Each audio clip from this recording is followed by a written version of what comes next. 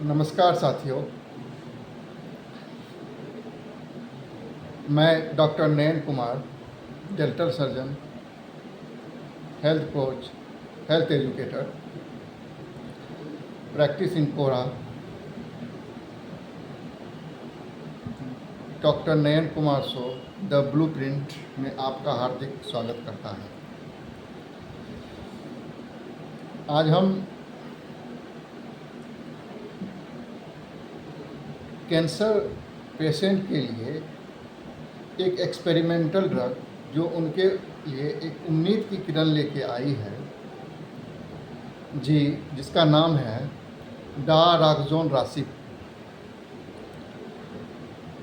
Actually में ये experimental drugs है और इसे FDA ने अभी तक मंजूरी नहीं दी है, बट ये पेनक्रिएटिक कैंसर, लंग कैंसर और कोलोरेक्टल कैंसर के लिए बहुत ही उपयोगी है।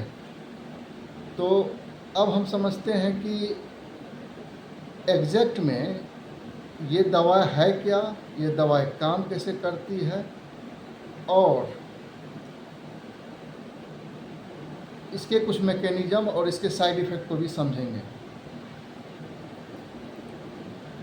तो दोस्तों, आपसे यही उम्मीद है कि जो भी आपको जानकारी देते हैं उससे आप जागरूक रहें, अवेयरनेस फैलाएं। बट फिर मैं वही बात कहूँगा, सेल्फ मेडिकेशन और अपने से दवाइयों का सेवन ना करें। ये जितना भी वीडियो बनाता हूँ, ये इसका मेरा एक ही पर्पस होता है कि आप में जागरूकता और जानकारी का प्रसार करना, ताकि आप सही समय पर डॉक्टर के यहाँ जाएं, अपने डॉक्टर से चर्चा करें, डिफरेंट तरह के इलाज, डिफरेंट तरह के प्रयास जो डॉक्टर करते हैं उनका सपोर्ट करें। चलिए, इन सब को छोड़ के आज के अंक में हम बात करेंगे डाराक्सोन-रासिप की। एक्चुअली में ये टारगेटेड मेडिसिन होती है, जिसका दूसरा या केमिकल नेम है RMC-6236। ये क्या करती है, एक जीन होता है रास जीन। अब ये रास जीन जो है, इसको हम लोग कहते हैं रेट सार्कोमा जीन, चूँकि इसे खोजा ही गया था रेट में। अब होता क्या है कि हमारे जो शरीर में, जैसे कि पेनक्रियाज हो गया या लंग हो गया या जो कोलोरेक्टल एरिया है, वहाँ पे जो कंट्रोल ग्रोथ होता है उसके लिए यही RAS जीन जिम्मेदार होता है। तो होता क्या है कि जब तक हमारा मैकेनिज्म, हमारा फिजियोलॉजी सब चीज़ नॉर्मल होता है, तो यही RAS जीन एक कंट्रोल वे में ऑन और ऑफ होते रहता है। मतलब जब ऑन होगा तो डिवीज़न होगा, जब ऑफ होगा तो उसकी डिवीज़न को लिमिटेड करेगा। यानी कि ये जीन ऑन या ऑफ प्रोसेस के थ्रू सेल को कंट्रोल करता है। अब होता क्या है कि किसी कारणवश ये जो हमारा RAS जीन है, इसमें म्यूटेशन हो जाता है। तो म्यूटेशन होने के कारण क्या होता है, ये जो कंट्रोल वे में ग्रोथ करता है वो अनकंट्रोल हो जाता है। यानी कि ये जो ऑन और ऑफ की प्रक्रिया चलती है, ये एक तरह से ऑन ही रह जाता है। तो जब ये ऑन होगा तो cell division, cell growth continue होता चला जाता है। तो जनरली ये जो दवाई है, ये जो दवाई है, ये क्लास 10 RS ऑन इनहिबिटर कहलाता है। ये टारगेट करता है KRAS जीन को, जो म्यूटेट हो जाता है। तो अब हम समझते हैं कि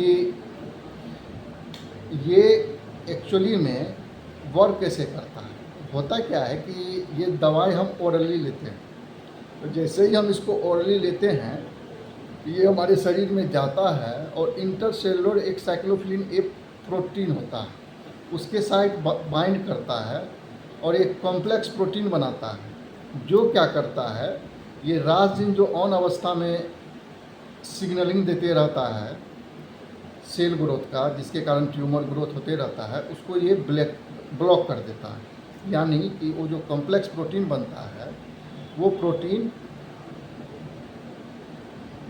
इसके ग्रोथ सिग्नलिंग पाथवे को ब्लॉक कर देता है, जिससे क्या होता है, धीरे धीरे अनकंट्रोल सेल डिवीजन घटते चला जाता है और धीरे धीरे ये नियंत्रण में आ जाता है। बट अभी भी ये दवा एक्सपेरिमेंटल है और FDA से अप्रूव नहीं हुआ है, लेकिन इसने उम्मीद की एक नई किरण जगा दी है। जैसे कि अगर किसी व्यक्ति में कीमोथेरेपी से अगर उसका सर्वाइवल रेट है 6 मंथ, उसमें लगभग ये 6 मंथ और ऐड कर देता है। यानी कि जो व्यक्ति कीमोथेरेपी पे 6 महीने जिंदा रहता है वो कम से कम साल से ऊपर चला जाता है। कुछ बढ़ भी सकता है, कुछ घट भी सकता है, बट वो डिफरेंट कंडीशन पे डिपेंड करता है। बट कहने को तो ये होता है कि 6 महीना में क्या होता है, बट ये 6 महीने ज़िंदगी के बाद बढ़ने के बाद बहुत सारे ऑप्शन खुल जाते हैं और सबसे बड़ी बात है उम्मीद। और ये जो डायऑक्सिन ड्रग्स है, इसने पेंक्रिएटिक कैंसर, लंग कैंसर और कोरेक्टल कैंसर के लिए एक उम्मीद जगा दी है। और अब समझते हैं कि क्या इस दवाई से साइड इफ़ेक्ट होते हैं। जी हाँ, हम दवाई की तरह इसके भी साइड इफ़ेक्ट होते हैं। स्टोमेटाइटिस होता है, ड्राई माउथ हो सकता है, ग्लोसाइटिस वगैरह हो सकता है, डायरिया हो सकता है, डिजीनेस हो सकता है। बट ये कोई ऐसी बड़ी सिग्निफिकेंट साइड इफ़ेक्ट नहीं है। बट हो सकता है आने वाले समय में ये दवाएं ना केवल पेशेंट को कीमोथेरेपी से बचाएगी, बल्कि आगे जब ये दवाएं अपने एक्सपेरिमेंटल फेज से बाहर निकलेगी तो हो सकता है कुछ इसमें और सुधार हो और ये जो पेंक्रिएटिक कैंसर के पेशेंट हैं उनके लाइफ में एक गेम चेंजर साबित होगा। तो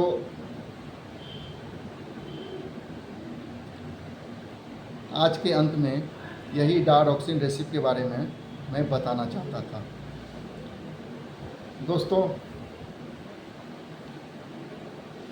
मुझे अपने कमेंट में ज़रूर बताइएगा कि मेरी ही जानकारी आपको कैसी लगती है। मैं जहाँ तक होता हूँ इसे सिंपल करने की कोशिश करता हूँ। मैं बहुत तकनीकी ज्ञान में जाना नहीं चाहता, क्योंकि आम आदमी को इसमें समझने में तकलीफ़ होती है। बट कुछ बेसिक समझ, कुछ बेसिक टर्म यूज करके मैं चाहता हूँ कि आप चीज़ों को समझें, बेहतर रूप से जानें।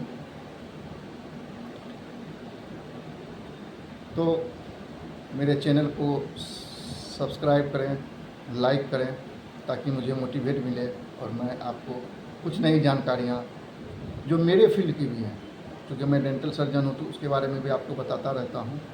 और जो साइंस टेक कुछ नई दवाइयाँ, नई मैकेनिज्म आती है, मैं उससे आपको अवगत कराता रहता हूँ। तब के लिए अपने इस दोस्त डॉक्टर नयन कुमार को ब्लूप्रिंट के इस अंक से इजाज़त दें। फिर हम आएंगे अपने एक नए वीडियो, नई सोच, नई ज्ञान के साथ अगले अंक में। तब तक के लिए आप सभी को नमस्ते, जय हिंद।